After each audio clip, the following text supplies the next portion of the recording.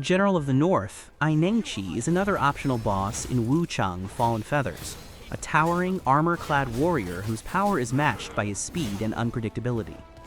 He moves quickly across the battlefield, unleashing a wide array of devastating attacks at both close and long range.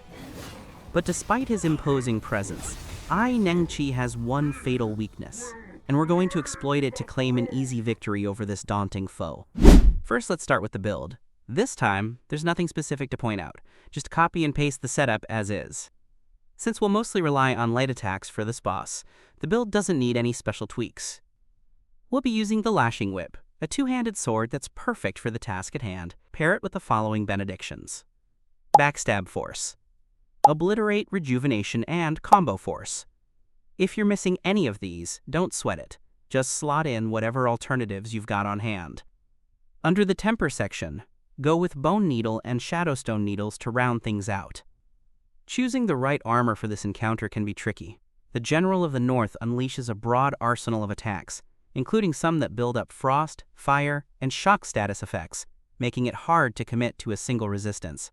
I think the Golden Bandit armor set is a solid choice for this encounter, but you can mix and match pieces like I did. For pendants, just copy-paste them. Spells? You won't need them with this build. Now, let's jump into the actual fight. Once the fight begins, blow the whistle to summon your ally, and don't forget to temper your weapon before entering the arena. The core tactic here is to stay close to the boss at all times.